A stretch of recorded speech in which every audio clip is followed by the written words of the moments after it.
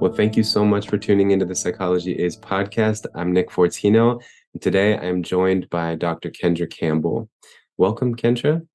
Thank you. So excited to be here. I'm excited to have you. We've been having various conversations focused on this topic of, essentially assessing modern day psychiatry and modern day psychiatric practices. And I've been especially interested in talking to insiders, people who are themselves psychiatrists, who are seeing from within what some of the problems are with the way that modern day practices happen. So I came across, I discovered you first by watching this video that went pretty viral on various platforms. I think you uploaded it to TikTok initially, but I saw it on Facebook and it was on many platforms. And I thought maybe we could start here with you essentially expressing what your main message was in that video. Yeah, absolutely. And let me also just kind of say, so I'm a traditionally, just a quick background before I say that. So I am a traditionally trained psychiatrist. I, went through traditional psychiatric training. I have 2 fellowships, and I worked in traditional psychiatry, mainstream psychiatry for about 4 or 5 years before kind of having my own personal awakening, discovering holistic medicine, and then sort of leaving. Now I run the organization Free Range Psychiatry, and that TikTok was basically on our TikTok account for Free Range Psychiatry. So what that TikTok was about is essentially a large umbrella meta-analysis study was released a few weeks ago. And essentially it was the kind of definitive study that finally put to rest this chemical imbalance myth, which has existed now for decades. Specifically, they were looking at serotonin, the relationship between serotonin and depression in this huge analysis. So it was an analysis of many other studies, basically found definitively there is no link. There is no relationship between serotonin and depression. And I may touch on this a little bit later, but this is actually something that had been known for many years. Like, it never actually was a theory. It's kind of the theory that never was. It's been a myth.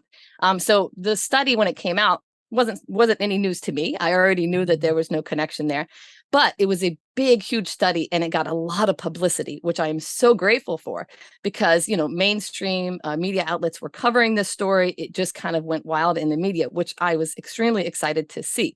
So now all of a sudden, everyone was, lots of lay people and everybody was talking about, holy moly, like, this whole time we've been kind of fed a lie about a chemical imbalance theory of depression.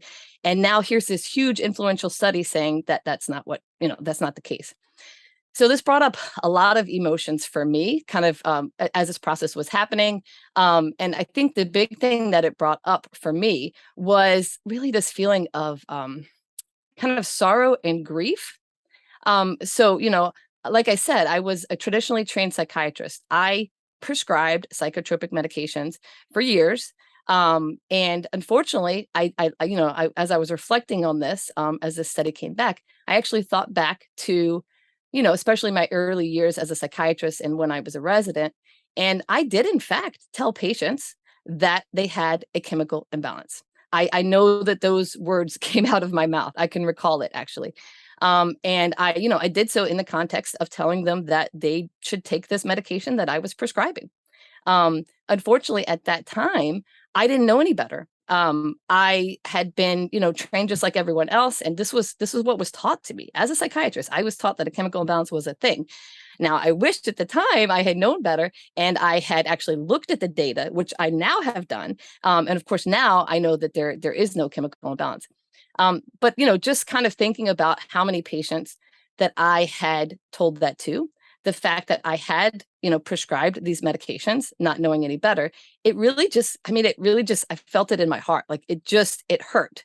And I just felt bad. I just felt so sorry for what I had done. And I realized that I wanted to make a public apology. I wanted to get it off my chest so that everyone, so that I could express basically, this is something that I did. I'm happy to say now that I'm not doing it anymore, and I would never do it again. But it was a mistake that I made. And so I thought that the TikTok would be a good platform for doing that. And so that's essentially what I did. I just, in the video, I basically said, hey, this study came out. And I just admitted to the fact that I had prescribed medications and that I had told people that they had a chemical imbalance, and apologized. I was a little scared, of course, I was scared to do this. It was hard to hit the post button. I was definitely concerned about what could happen. I was even worried, like, could I get reported to the medical board? Like, I had a lot of anxiety about doing it. But I did it because it felt like the right thing to do. And then, as you said, it was actually, I got enormous positive response. It did essentially kind of go viral. It was very popular, probably one of my most popular videos. And honestly, I would say 95% of the feedback that I got was actually positive feedbacks. People thanking me for just being honest and real. Honest and real. There's a few things I want to say in response to that. One, seriously, thank you so much. I have tremendous respect for the way that you are doing this. Many people are aware of this concept in psychology known as dissonance, cognitive dissonance. And so in case people who are not aware of it, what it's referring to is this uncomfortable feeling that arises as a result of inconsistency within ourselves. And there can be different types of inconsistencies within a person, including the way they act and the way they intend to act, or what they believe and then what they observe. And then, in your case, I suppose it was this new evidence, probably, even though, again, you hadn't bought into the serotonin hypothesis at that point, but still sounds like it brought about this discomfort and exposed this inconsistency between at least how you once practiced and then what you now understand to be true about the nature of various conditions. And then, of course, then there's all kinds of ways that people deal with that dissonance. And very common ways include dismissing it altogether, avoiding it, escaping it, drinking, smoking until you don't feel it anymore, whatever the escape requires. Or sometimes people essentially deny it. They'll refute the study in some way, they'll refuse to believe it, or they change their beliefs or their behaviors to kind of match the new evidence that they're finding. And that's, of course, the right way to do it, the honorable way to do it. And that's what you've done. And I appreciate that so much, because it takes a lot of humility to admit that you would do things differently if you could go back. So I just wanted to say that. Thank you from the bottom of my heart. And then also, I wanted to read just a few sentences from the abstract of this study that you're referring to. So this study was conducted by Dr. Joanna Moncrief and colleagues, about 6 others. And Dr. Moncrief was a guest on this podcast too, actually, so people can check out our conversation. And so I'll just read, like I said, a couple sentences from the abstract, and then I can link the whole study to the video here. But basically, so first couple of sentences: the serotonin hypothesis of depression is still influential. We aimed to synthesize and evaluate evidence on whether depression is associated with lowered serotonin concentration or activity in a systematic umbrella review of the principal relevant areas of research. They then talk about exactly what they did, of course. And this involved, it was like a meta-analysis of meta-analyses. In this analysis, there were, I'm looking here to get the exact number, there were, I believe, 12 meta-analyses included in this meta-analysis. So again, it was like meta-meta. And the final sentence here, the conclusion, is that the main areas of serotonin research provide no consistent evidence of there being an association between serotonin and depression, and no support for the hypothesis that depression is caused by lowered serotonin activity or concentrations. And then additionally, some evidence was consistent with the possibility that long-term antidepressant use reduces serotonin concentration, which supports the idea that I first saw proposed by Robert Whitaker, which is that it's possible that, ironically enough, these drugs are not correcting chemical imbalances, but they actually might be causing them. And there's indications of that found in these studies. So that was again a little taste of the abstract of this huge study. And so wanted to give people a taste of that. Again, I'll provide a link to it. Now, my next question to you is, what did you notice the reaction to be among psychiatrists? Ooh, that's a big question. So because I will get kind of emotional when I talk about this, because so I am still a part of several kind of Facebook groups and other online forums with traditional mainstream psychiatrists. I've thought many times that I might actually leave those forums, but I actually think it's important, and it's really fascinating to me to just sort of kind of be a bystander and kind of watch the conversations that happen. So I clearly remember this was posted. Somebody posted, a psychiatrist posted a link to this article. And then I read every single comment, and I think there were probably hundreds of comments. And what I read, it made me so sad. It made me angry. It was pretty horrible, honestly. Because when going back to what you said about cognitive dissonance, so I think that's exactly what happened, right? So all of a sudden now it's kind of like in your face, and we have to, these psychiatrists kind of have to like say something. They have to think something about this findings. They can't deny like how large of a study this was and all of that. But it was huge. I would say the most common response that I saw, it was just outright denial. So denial, basically saying that they never thought there was a chemical imbalance. Everyone was saying, I never told a patient there was a chemical imbalance. I never thought there was a chemical imbalance. Where did this chemical imbalance thing come from? We don't know. We never did. And I was just like floored. I was floored to see that was, when I know for a fact that is absolutely not the case. I know for a fact because I've seen it happen thousands of times. I did it. I was trained by, this is what I did in my training. I know this is something that happened. I'm not just a bystander here. And then the other thing was just kind of grasping at straws. The thing that I saw a lot was this, well, we don't really know how they work, but they work. So whatever, we could just keep using them. This mantra of, we don't really know how, but that doesn't really matter. We can kind of anything basically to defend the use of them. Right. What I did not see was anybody who basically was any sort of admission, any sort of like, oh wow, this is a bad thing. What's happened? Like, have we harmed some patients in telling them that they have this? There was no acknowledgement of that at all. And honestly, it made me pretty sad and a little angry. Yeah.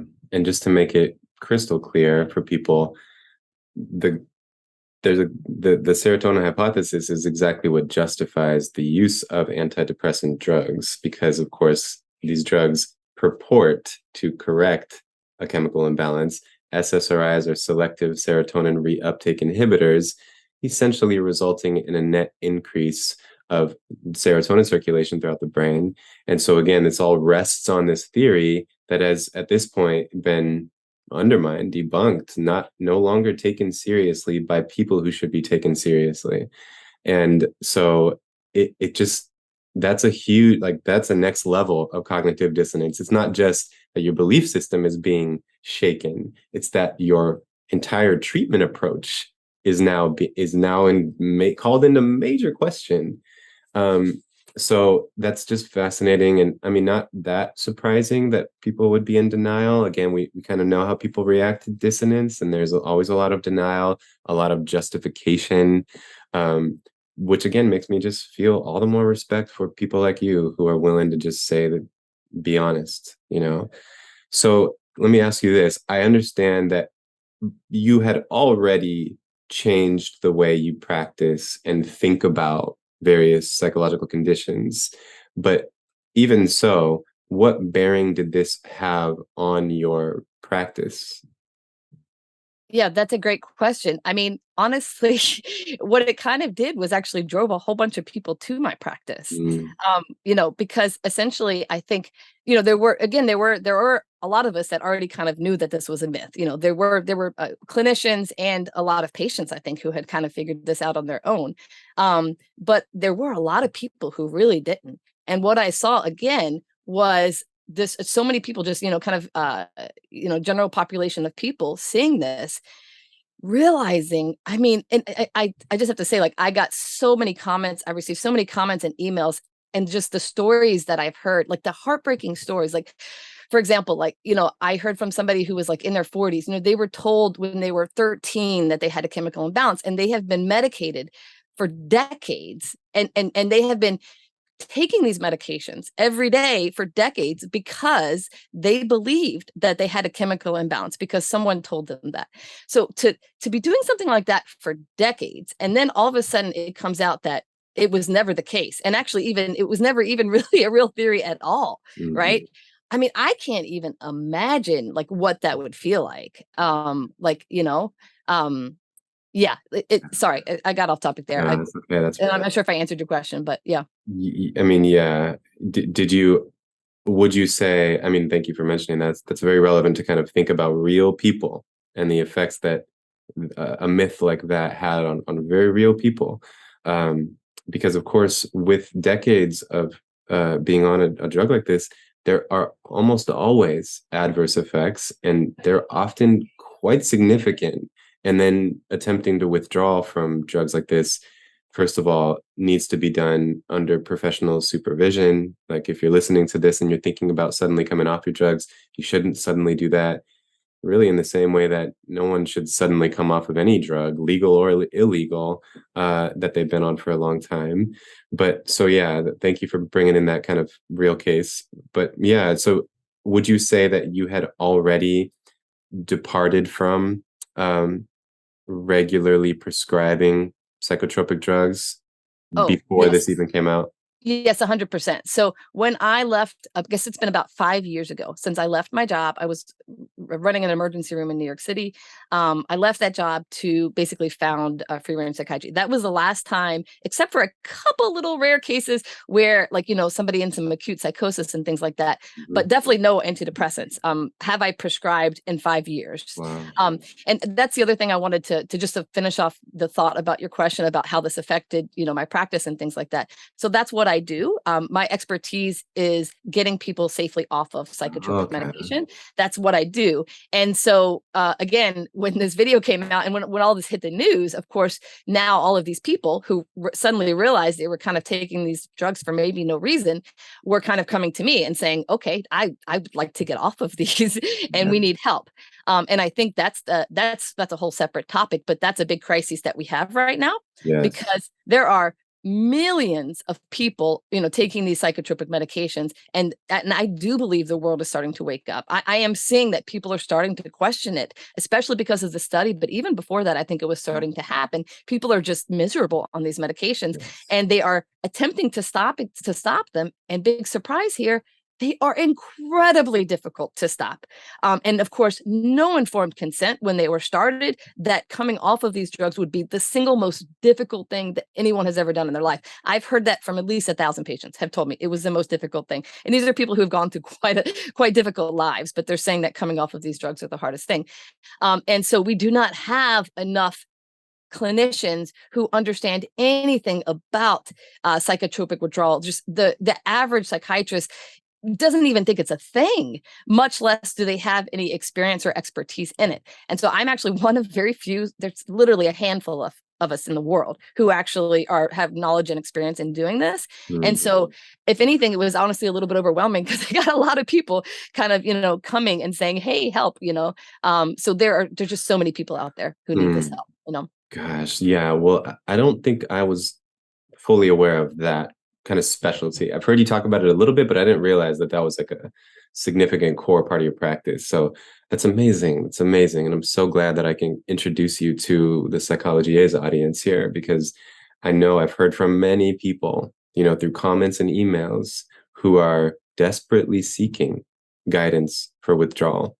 So I'm so glad that I can connect them to you as a resource, and not to further overwhelm you, but again, I'm just so glad that I can connect you. Um, so then, okay, I have this question for you. So you did traditional psychiatric training, you did 2 fellowships. Can you help us understand, what does that training render you an expert in? That's a great question. Can you give a little bit more by what you mean about that? Absolutely. I mean, what do you find your like when you completed that training and you stepped into the world as a professional psychiatrist, what was your Oh, expertise really in? Like, no. like I think about my training and like as a psychologist and everything, and I think about my expertise was essentially like the general field of psychology and the sources of human emotion, thought, and behavior, and the various therapeutic approaches to influencing that and social dynamics. So what would you say you spent the bulk of your time studying and becoming an expert in? Gotcha. So a psychopharmacologist, essentially. I mean, that's what 99% of my training was in, was how to prescribe. And by the way, not deprescribe. That wasn't a part of, or maybe one lecture or something in all of my training was about deprescribing. But basically, how to prescribe medications, how to manage their side effects. That's it, essentially. And just to note that when I decided that I wanted to leave that mainstream traditional psychiatry and I learned what I call holistic psychiatry, I found out that there was no good training out there. There's no fellowship, there's very little. It's very, very difficult. So I actually completely self-taught myself about holistic medicine, about holistic psychiatry, and I self-taught myself in how to deprescribe and all these things, since I've actually learned how to do it because I've just been doing it. I learned so Right. much of what I'm doing just by doing it. But I frequently say, and I say this to people who ask me, I want to do what you do. I would love to be a holistic psychiatrist. Like, how do I do that? And really, when I think about it, the majority of my medical training, yes, some of the stuff, especially the basics of the, anatomy and physiology and Right. hormones. There was, some of that has been helpful, but the majority of my psychiatric training, I do not use right now. I mean, I use it somewhat because I guess you kind of do have to know the medications to deprescribe them. You do have to know Right. a little bit about how they work, but the majority of what I learned, I'm not using right now. I'm no longer using, and I'm helping patients Right. in a way that I never, ever, ever did when I was practicing traditional psychiatry. It's fascinating. So just to further clarify too, because I think often when a kind of layperson is looking to experts for their own treatment or for anything expertise, they see the credential and they don't know exactly what that credential means, what that represents, what training, what was involved in the training to get that credential. So you are an MD, right? Many people know a psychiatrist is a medical doctor.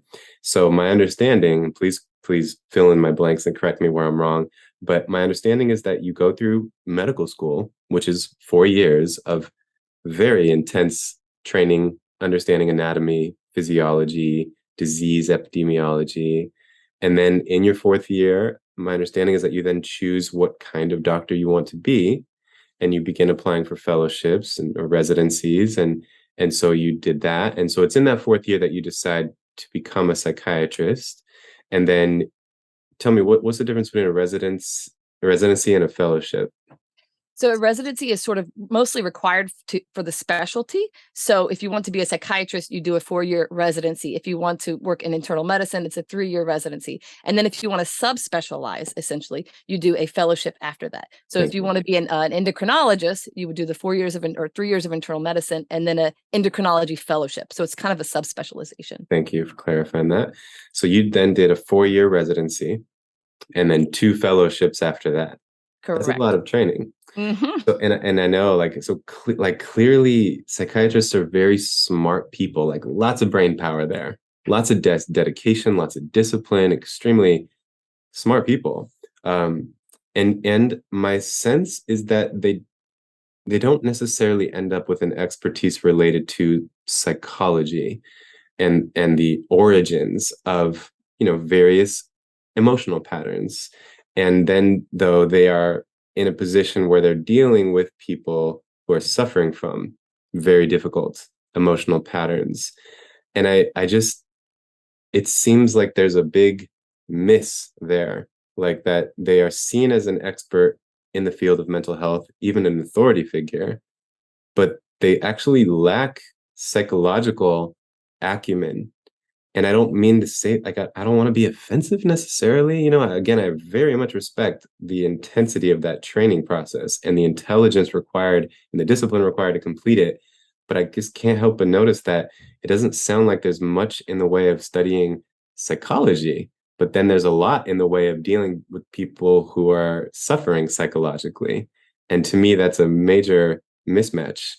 It's a huge problem. And I could go on and on about the history of why that is the case, right? There's a whole historical foundation, and of course the involvement of the pharmaceutical companies in our education, Right. which I didn't realize how much of my education was actually pharmaceutical education or pharmaceutical company education. But yeah, there's a whole historical context of how, 20, 30 years ago that this wasn't the case. There was more of a psychological foundation. There was more of that, at least, maybe not even enough, I would say, but it was there. And over time, and with the influence of pharmaceuticals and this medicalization, right? The medicalization of mental illness, which there's a whole, I mean, there's so many, yeah, it's a very fascinating history if you look at why that happened. Like, what were the conditions that, forced us into this biological medicalization model? But because of that, and because of insurance company reimbursements, all of these bigger factors, it has shaped, what medical education and psychiatric training looks like today. But I mean, I have to 100% agree with you. It's psyche actually means soul. Psychiatrist is actually supposed to be soul healer. I made a video about this where I basically say, we're supposed to be soul healers, right? That's what we are, I guess, our name implies, but what we do on a daily basis right now, the average psychiatrist, is literally the exact opposite of that, I would say. We couldn't be further away from actual soul healing. We have morphed into something that is just, we're so off track. I can't even tell you. Like, we've completely missed the mark. Like you say, we're supposed to be experts in mental illness and human suffering, emotions, and that's not what we are at all. I'm inclined to say, that anyone who is aspiring to become a specialist who can really help people suffering, right?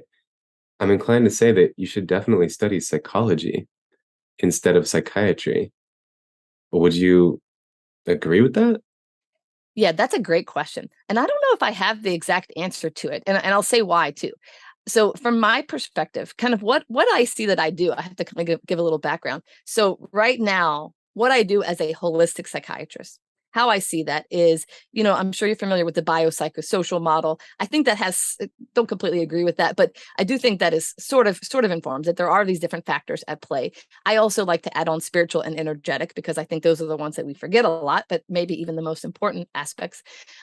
So when I say holistic, I really mean helping someone, understanding a human being and understanding their suffering and helping them to heal by really being able to fully conceptualize and address every single one of those levels.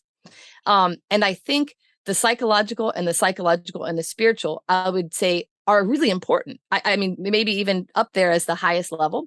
And so I think it is, this is my opinion, I think it is helpful to have that. And I think it's great that we have people that are, maybe experts mostly in that area. But I have to say, I also enjoy very much my perspective. This is the one thing, people ask me a lot: if you had to do it again, would you become a doctor? And I say, I actually would. But it's because I think that from my perspective right now, having a medical background, understanding the anatomy, the physiology, the biochemistry, all of that stuff, it does help me, right? It helps me to do what I do. And so it is a very specific specialty of, a holistic approach. When my patients come to me, I do care about their vitamin B12 level, in addition to like their praying, and in addition to their psychological, addition to their emotional state. So I kind of just see the whole thing. So yes, I don't know. Hopefully I answered that question. Perfectly. Yeah. Yeah, that's helpful. And I totally see what you mean. And it's interesting too, because I'm like the thoughts that were coming to my mind here is, in a sense, you became an expert in the biological element through medical school, and then have spent time on your own learning a lot more about the psychological aspect, which of course probably happened through study and through working with so many people. And so I could imagine like that's a great approach to reach the holistic level where you have an expertise and awareness of all these different levels. And then I could see that the path of becoming a psychologist and then learning about the biological aspect of things is also really important. And that's kind of how I would describe my journey. Is I became a psychologist and then have continuously been learning about nervous system anatomy and physiology and hormone activity in the body and et cetera. So anyway, I couldn't agree more that seeing the whole person is essential. And it's to me too, one of the really complicated aspects of this whole issue is that we are exposing the flaws in the biomedical paradigm, the holes in that way of seeing a person. And yet at the same time, I definitely think that sometimes a person's psychological conditions are presentations of a biological condition. I definitely don't discount that possibility, but I just think that biological condition is definitely not a chemical imbalance. But there could very well be vitamin deficiencies, hormonal imbalances, straight up tumors in a person's brain, even. I know Dr. Daniel Amen is kind of a pioneer in using brain scan technology to really look and see if there's a neurological abnormality that could explain the psychological condition. So it's interesting to kind of watch this process of us moving away from a biomedical model, but at the same time wanting to still acknowledge the possibility of biological causes. So that's just, yeah, commentary, I guess. It's interesting. I want to hear more about how you practice, what free range psychiatry is, how you would approach a person who's reporting to you that they feel extremely depressed, even suicidal or paralyzingly anxious. What is your general approach? Yeah, great question. So first of all, I'll say, so Free Range Psychiatry, we're a nonprofit organization. Currently, we're 100% virtual. So we see patients basically via telemedicine. It's myself, another psychiatrist, and then we have a fellowship and some other staff as well that are a part of it. But so to answer your question, essentially, when I have a human being in front of me who's suffering from depression and maybe even suicidal, it's exactly what I was just saying about this biopsychosocial, spiritual, energetic model, which is, and again, too, my understanding of how these different is that they're kind of different levels almost, and they all interact with each other. So literally, you can't.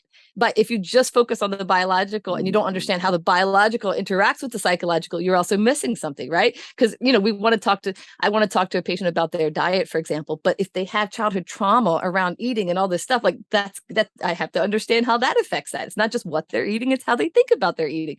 So it's really all kind of connected. So my general approach when I meet someone is basically to, first of all, I get a really thorough history, not the short abbreviated version that I learned in my training. It's quite different. So the way that I speak with somebody, the history, the questions that I ask them, these are not questions that I was ever trained to ask. Right.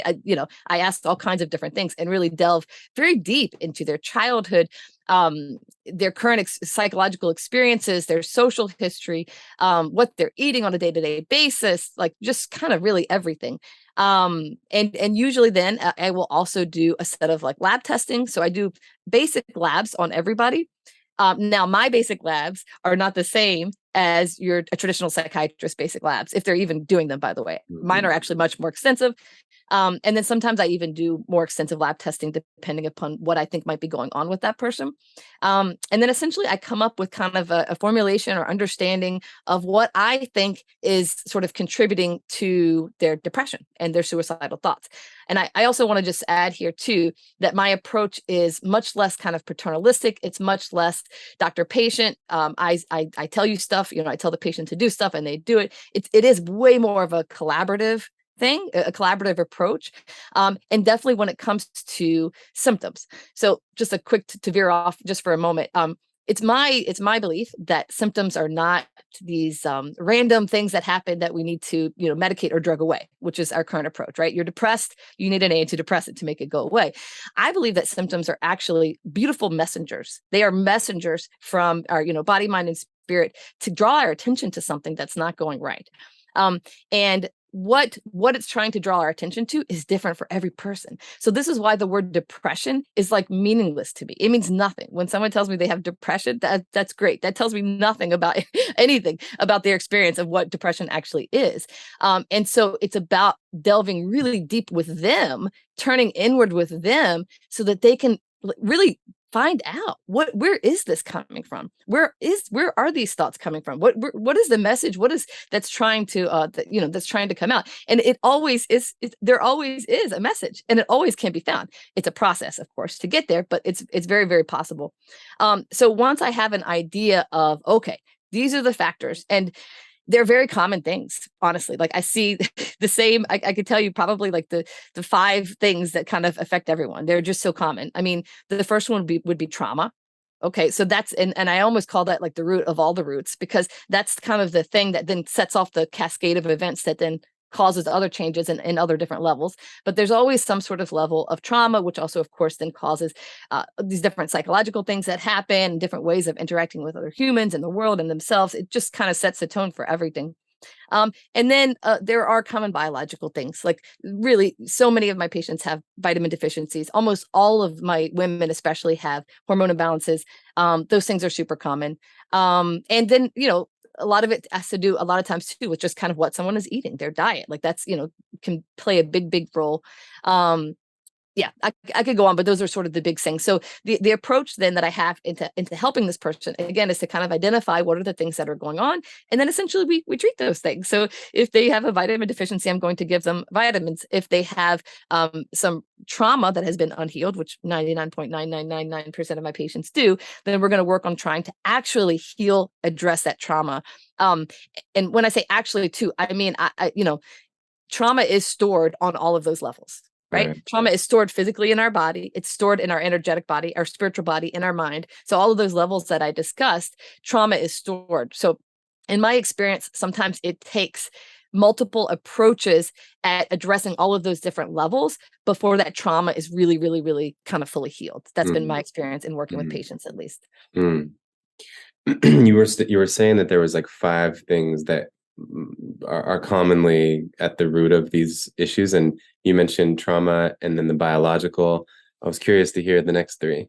Yeah, I said 5 off the top of my head too, without thinking what they are. Oh, okay. I mean, that's fine. But I can tell you what another one is. I think I would say another just a big common thing that I see a lot is this idea of loss of authenticity. Yeah. Dr. Gabor Mate has this really great way of looking at it. He calls it, so, that as children, we have this choice, right?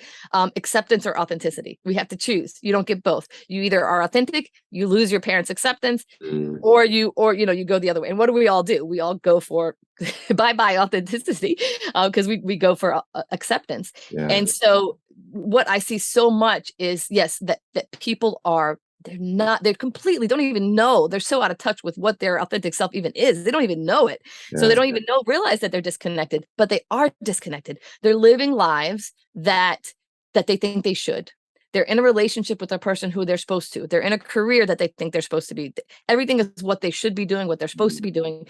And this lack of authenticity, it creates everything, right? It creates anxiety, it creates depression, it creates kind of everything. Right. And alongside of that too, which again, when I say these things, they're actually all connected again, right? I can't just say it's just this or that. They're all, they feed into each other.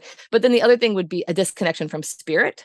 Yeah. So I actually kind of, the way that I see a lot of the so-called mental illness is it could be looked at a disconnection from everything, from body, mind, and spirit, right? We have become 100% disconnected, but especially that spiritual disconnection, I see that then manifest as on all these other levels and manifest as all these things that we call kind of mental illness. Again, all related to all these other things, related to the childhood trauma, related to all these things, experiences that we have, etc.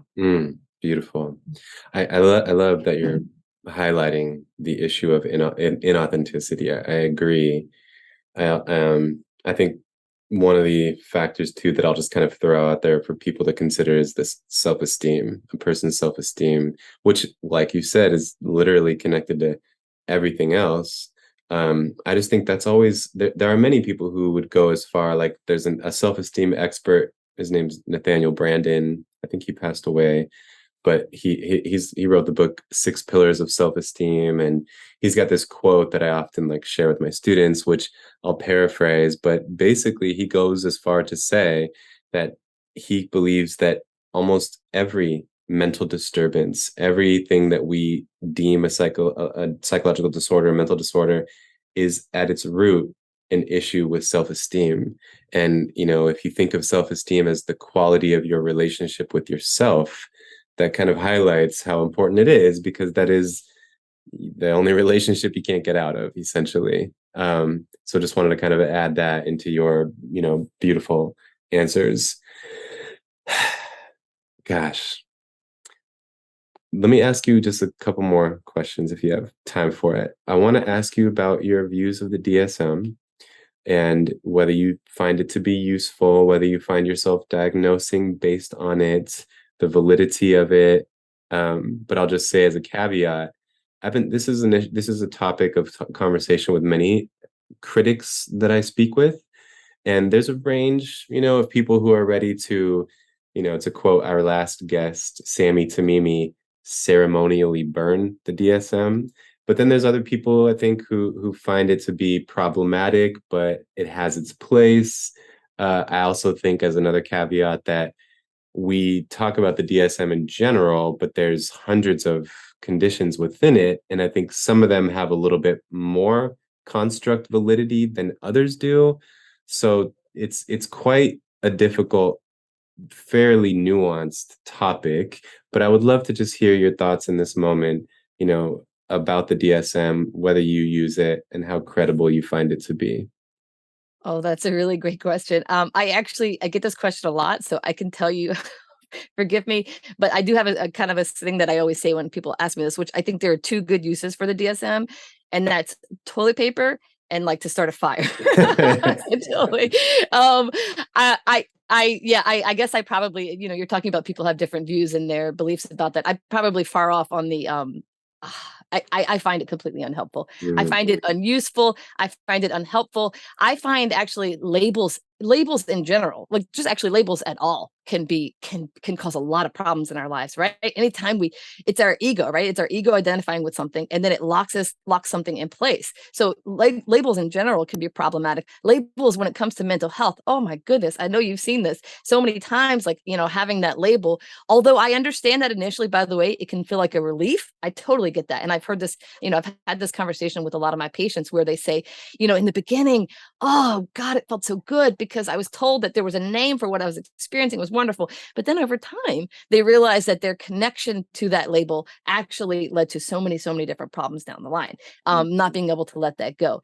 Honestly, I find it to be completely ridiculously unhelpful, especially because I have a million things that I could say wrong with it, but I think one thing is, it's symptom based. Right. It's based on symptoms. It's not based on causes. Right. We don't do that in other areas of medicine. It doesn't make any sense. We don't say when you have a cough that you have a coughing disorder, right? We actually look for the cause, whether it be tuberculosis or some other virus or whatnot. We actually look and explore the cause.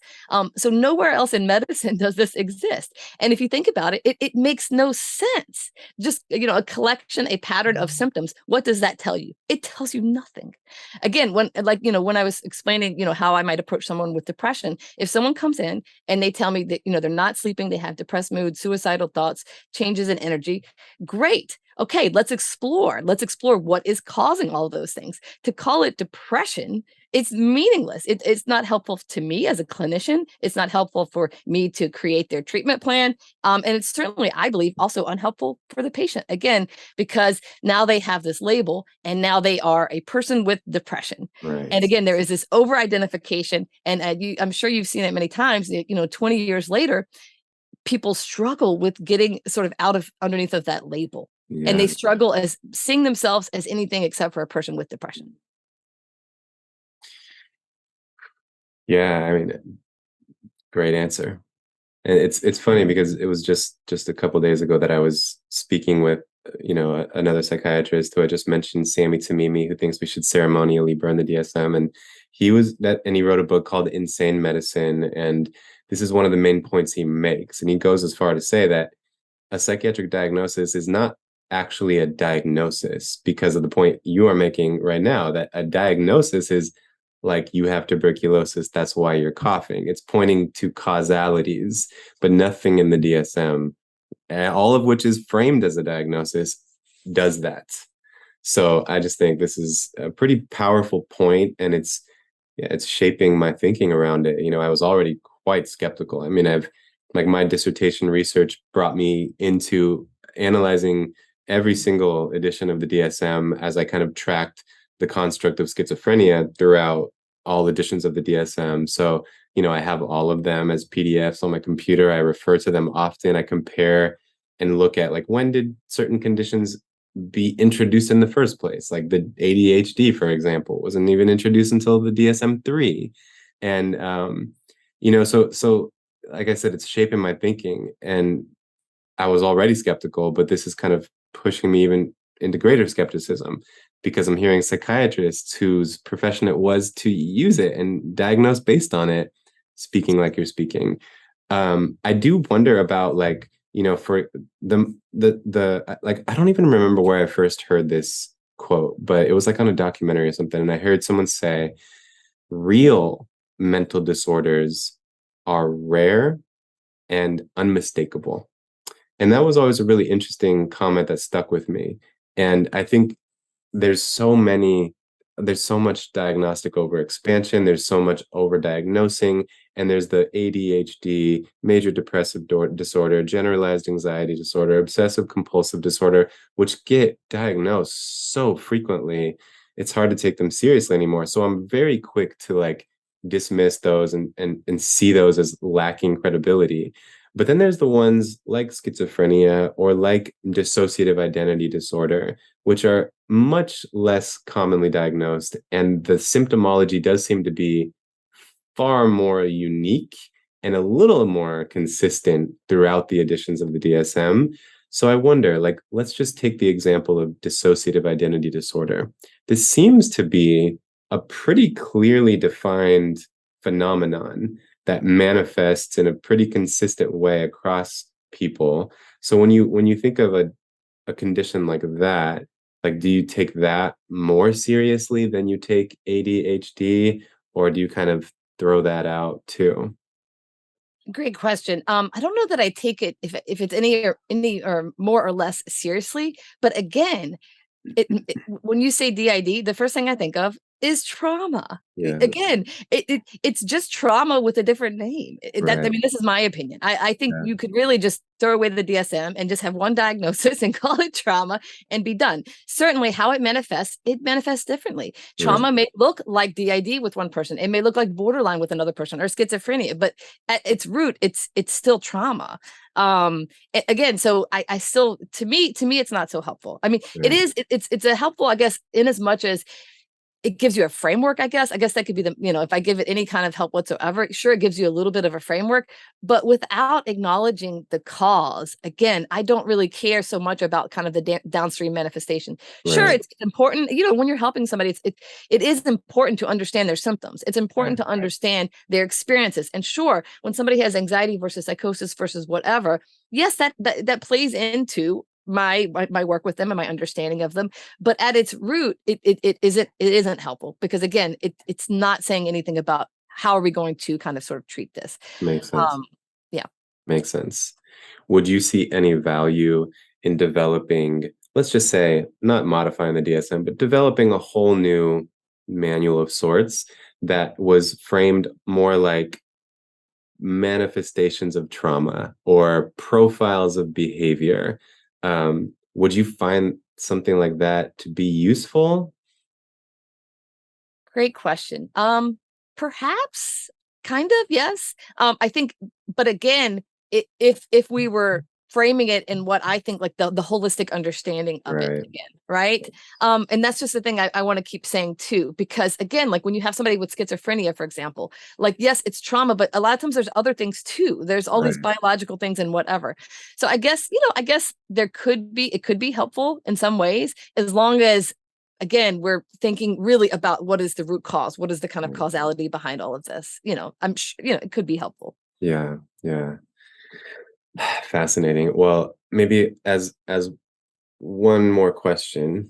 Perhaps, can you give us an example of a successful case of a person you've worked with where your approach, this holistic approach, was very successful? And so maybe what they were presenting, how you approached it, and then what the outcome was. Sure. Yeah. So the first case that kind of pops in my head, and luckily I have had a lot of good, I've had a lot of pretty good success with this, Awesome. but definitely there's one young girl that pops into my head, and she was in her 20s when she came to see me. She had the diagnosis of bipolar 1, anxiety. I can't remember. She may have had a PTSD diagnosis. I think that's about it. I believe that she was on about 4 or 5 different medications. She had been to lots of different psychiatrists, and she was fairly like, she wasn't acutely suicidal, but she definitely had like passive suicidal when she came to see me. So when she first started to work with me, she had a lot of symptoms. Actually, she had a lot of medical symptoms going on, just a lot of nausea and vomiting and different kinds of medical stuff going on, and just very anxious. She couldn't sleep. Just lots and lots of different issues going on. But at the same time, she came to me like a lot of my patients do, with the idea that she would like to be on, actually the way she said it was, I would love to just at least be on less medication. She said, I understand if we're not able to get me off completely, but just like less would be good because I'm having so many side effects. It's pretty horrible. And she was one of those patients too that was so very motivated to do a lot of stuff, which is always really helpful. And so I did a like medical workup of her. Multiple things I found. She had like her very, very low vitamin B12 level. She had hormonal imbalances. I diagnosed her with PCOS and endometriosis that had been missed by all these other doctors. So I found a lot of stuff that was going on sort of biologically. And then she also had quite a bit of trauma, just like I said, like a lot of my patients do, a lot of childhood trauma, sexual trauma, things like that. So basically, my approach was I worked on the vitamin deficiencies. We worked on her hormone issues. I started actually at the time, this was years ago, I was doing a lot of mindfulness-based cognitive therapy. So I did that. We did work and therapy with around the trauma. I worked on her, like her diet, things she was eating, all different kinds of things. And luckily she was very, motivated to kind of engage and try these things. And then she was actually started feeling better. Literally within about 2 weeks, she was feeling substantially better. And so we decided, I think at the 1 month mark, to start the medication taper. So we started with, we do my approach. My approach is generally to do only one change per month. So every month I would see her, we would decrease one of her medications. I actually didn't get to do the very last bit of the taper because I went on maternity leave, and another psychiatrist saw her for her last couple of visits, but then I actually ended up touching base with her again afterwards because I just wanted to see how she was doing. Cool. And it was a success story in every way. Like I can't even explain it. She's sent me emails and stuff like that, and told me how she's doing. But she was off all medications, and off the medications, she had no evidence of bipolar disorder. She had no mania, no psychosis. She wasn't depressed. She wasn't anxious. She now, she has a full-time job. She has a fiance. She got a house. Just a huge success story in every way. And again, like, it started off with this thinking that she couldn't even maybe barely get off of any medication. And I forgot to say too that, she had actually sought several second opinions. So her psychiatrist said, no way, no how, you have bipolar disorder.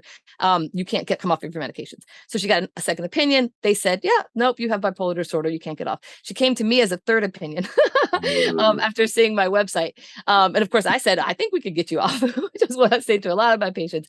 And it turns out, yeah, she was able to. So That's so uplifting, inspiring, heartwarming, and encouraging, and makes me feel more optimistic. Awesome. I'm glad I asked that question. And it sounds like you have many such examples like that, which is just so amazing. I'm so grateful for you. I'm so grateful that I get to do what I do. I mean, everyone says, or a lot of people say this, but I really think I have the coolest job. Like, I love what I do. I get to help people in a way, like just the process of getting people off of these medications, getting them back to, I talked about how, just a quick aside here, I talked about how, so-called mental illness is manifestation of all this disconnection. Unfortunately, psychotropic medications further that disconnection. So they disconnect us from our mind, body, and spirit. And so this, it is, I can't even put into words how transformative it is to watch someone come off of these medications. I have had people say, I mean, it was like a spiritual awakening. I can see colors for the first time. I know what an emotion is. The world doesn't look black and gray. I have feeling, I have sensation. Like, it's literally like, it's incredible to watch people go through this and just kind of reconnect with themselves and the world and their spirit. I think what an honor. I'm so, grateful that I get to witness that I get to be a part of that. It's beautiful. Sounds extremely fulfilling. Yeah. Wow. I mean, it sounds life-saving. And it's really interesting too, is the last comment. Sometimes I read the comments that are left on the YouTube videos for like these podcasts and stuff, and it's funny. My collaborator Robert's like, we need to get you away from these comments because some of them are fairly negative. And I was just reading one, which was like, it was a comment on the conversation I had with Robert Whitaker, and basically it was like, well, what's the point of your conversation? What are you trying to do? Make us stop taking these life-saving drugs and just make me commit suicide? Was that what you want? And that's the belief system that people have around these drugs, is that they are life-saving. And then if I stop taking it, I might follow through with that suicide that I'm thinking about, or I might become psychotic. So this video is very timely. And I mean, do you have any comments about, like, should people expect any kind of worsening of their symptoms as they come off, or can it be done in a way where that can be avoided? That's a great question. I just want to say real fast though, that yes, by the way, I mean, I get a lot of hate. I get a lot of hateful comments. And what I found fascinating, I didn't have this epiphany until I had my TikTok channel and I started having like hundreds of comments in a day. And I started realizing that these common phrases were being used again and again: Mm, life saving, it's like mm, diabetes, blah, blah, blah, all these mm, different things. And it finally occurred to me, these were all like drug company slogans. Right. mm. These were words and phrases that were invented Right. by the pharmaceutical, that had been embedded into our psyche That is. so deep that people think that they are having their own thought, but they're not. This Ooh, is something, it's pretty profound. Like, this is the profound. level that we're dealing with. And Yeah. also, just like you were saying, this cognitive dissonance, I see that a lot, right? So I eventually realized that the people who are sending me all these hateful comments are the people who are on medications. Yeah. And I believe they're the people that deep down inside, they know something isn't right. They have this feeling that something about it is not right, but it's that cognitive dissonance. They don't know, they can't figure it out because this is what they were told to do. And so I think that's where the anger comes out. Mm, Um, but so to backtrack, to answer your question about what happens during the process of psychotropic med withdrawal, this is probably the most challenging part about it. And this is the thing I have to tell all of my patients before we start this process. I hate having to tell them this, but this is what I have to tell them, which is that it will get worse before it gets better. So to answer your question, not only is it a chance, it's 100%. mm. During that process of withdrawal, because of, like you were saying about the chemical imbalance. So I just want to reiterate, I have no doubt in my mind, trust me, from my perspective as a psychiatrist and taking people off of these drugs, I can tell you they create a chemical imbalance. They create a chemical imbalance, a hormonal imbalance, nutritional imbalances. They throw off your body and system in a way that is so profound that, I mean, I have patients who 3 years off of coming them, they're still having withdrawal symptoms. So, I mean, this is the level of what people go through. So because of that, anytime you are withdrawing a substance, this would happen if you were taking heroin and you stop Right. taking heroin, right? You're not going to feel great when the first 3 days after you come off of heroin, you're going to be nausea, vomiting, diarrhea, right? That's called withdrawal. And that physiological experience, there's a lot of things that I try to help patients with. We give them vitamins, we do all these things to kind of support that process, but it doesn't matter because it's a process of withdrawal, and because we are literally changing the levels of neurotransmitters and receptors are all kind of changing as you're going through this period. It's not fun. And their symptoms come up. Depression comes up, anxiety comes up, suicidal thoughts come up. And this is why, again, we need more people who do what I do, because what I have seen, just quickly, I want to say that I have seen less knowledgeable psychiatrists and physicians doing the best.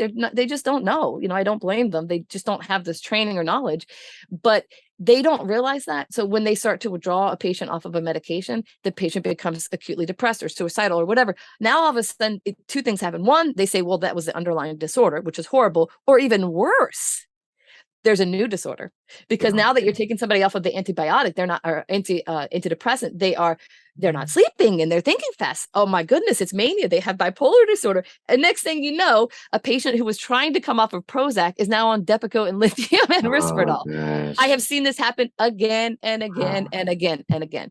So much of what I do as a psychiatrist to help people come off of these is to just tell the people, like I let them know in advance too. I give them a big thing. I say, listen, it's going to suck. You are going to be crying. You're going to be experiencing emotions that you didn't even know you had are going to be bubbling up. Stuff from your childhood is going to be bubbling up. You're going to have weird sensations in your body. So I, really do a great job, or I try to do a great job of informing people of that. This is going to be part of the process, so that when it happens, though, they're prepared. And that's the difference. That's the difference. Like it's, once you know that something's going to happen, it gives you, people can handle it better. Makes What sense. I've seen is people who are not being seen by me and they're doing it on their own because their psychiatrist or prescriber never told them what was going to happen. All of a sudden, now that they can't sleep, they're having to all these things, suicidal thoughts and stuff. They just they think they're going crazy. Right. And they may run back to their doctor and say, oh my gosh, I need help. And the help is going to be to put them on that medication, or worse yet, a new medication or more medications.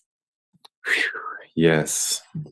And it seems to me like, along with preparing them, setting expectations appropriately, you're also making it clear that this is something that you're going through. You're not going to this. It's not the new state. It's something you're getting through. It's the withdrawal process. So that's got to be helpful to remember too. Wow. I'm so encouraged talking to you. Like I said, I just feel very optimistic that there are people in place like yourself who are ready to help people who are desperate to regain, to reclaim their lives, their power, their autonomy, their freedom, their sense of well-being.